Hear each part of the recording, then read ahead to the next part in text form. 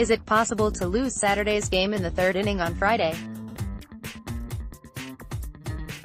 Milwaukee Brewers fans could be forgiven for asking that question following their team's 4-3 defeat at the hands of the Los Angeles Dodgers in Game 2 of the National League Championship Series.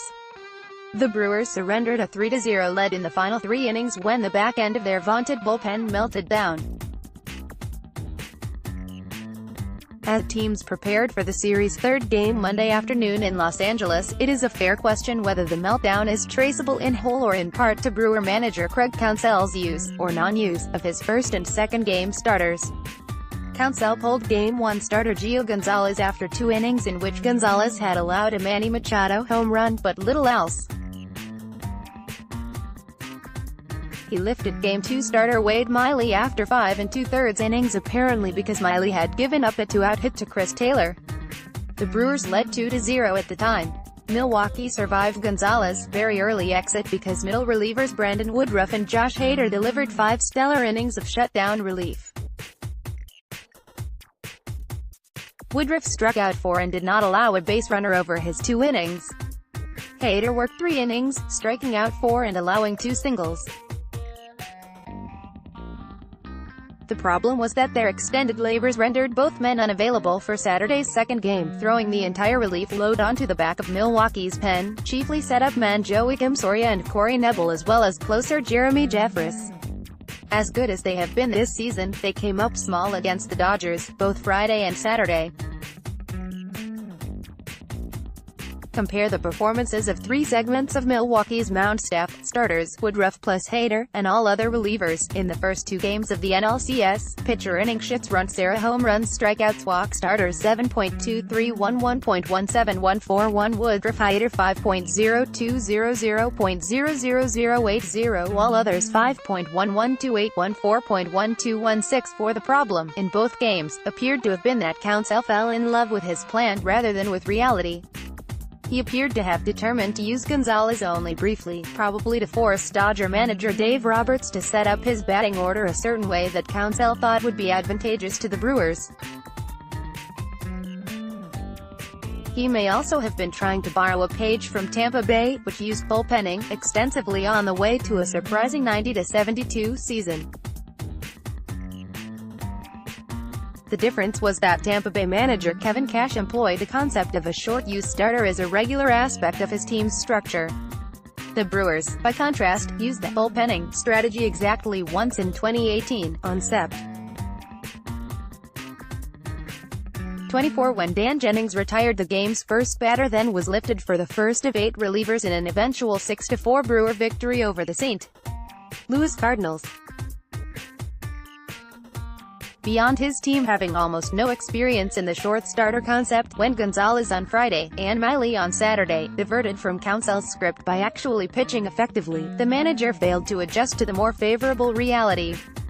By the critical moments of Saturday's game, the result was a 2-0 lead but also short and fatigued pen unable to provide the stopgap work Milwaukee needed. By removing Gonzalez and Miley before Dodger hitters told him to with their bats, Counsell allowed his plan to supersede one of life's dictates: if it ain't broke, don't fix it. There's no certainty, of course, that if Gonzalez and/or Miley had been allowed to remain in their games, they would have continued to be as effective as they looked at the time they were removed. But there is evidence in the record to suggest Gonzalez, at least, would have been.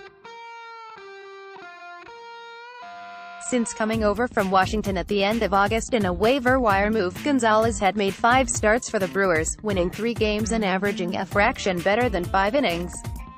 His 0.947 September whip was his best for any month of the season, as was his .157 batting average against.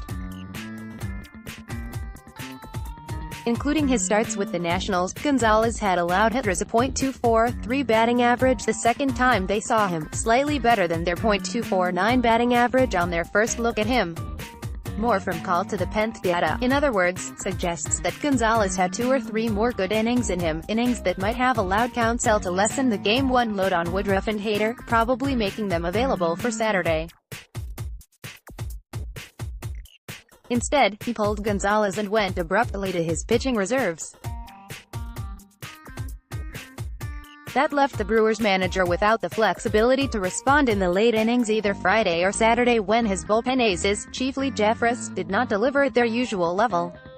Managers often plug short relievers into roles, effectively treating them like robots who they expect to deliver day in and day out as programmed. But closers aren't robots, they're humans. Jeffress hasn't had his usual stuff against Los Angeles, the result being 5 hits, 2 runs and a loss in 1 1/3 innings across 2 critical appearances. Why? Who knows? Maybe his tummy hurt. Maybe his kid is sick or he slept wrong on his arm the night before. The point is that by pre-programming his pen usage and then not adapting to the changing circumstances, Counsell violated maxims of actual combat that have governed successful generals' use of reserves, which is what relievers are for millennia: hold them back and deploy them only when and where needed. Next, Brewers take NLCS Game 3. Want your voice heard? Join the call to the pen team. Write for us. The Brewers have excellent reserves. If Craig Counsell learns the basic lessons governing their use them only as needed, resist the urge to fix what isn't broken and recognize the difference between a plan and a result, Milwaukee stands an excellent chance to win the NLCS, and possibly the World Series, if, however, he treats those reserves as an equally fungible part of a very good team. Pre-programming their use and not adapting to circumstances, he risks finding himself where he found himself in the late innings Saturday. That is in a dire circumstance with his emergency forces already expended and unavailable. That is a recipe for losing.